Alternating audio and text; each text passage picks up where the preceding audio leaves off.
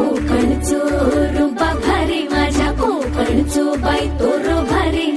दिसते भारी गणपतीची स्वारी, अन आला धादिस मामाच्या घरी. मालवण चिपळूण सावंतवाडी, माझ्या कोकण गावांचो दिमाग भारी. दिसते भारी गणपतीची स्वारी, माझ्या कोकणा वाटे तुम्ही वलवा गाडी. धमाधमान हाका गाडी, माझ्या कोकणचो रस्तो नागमोडी. कारी नय वा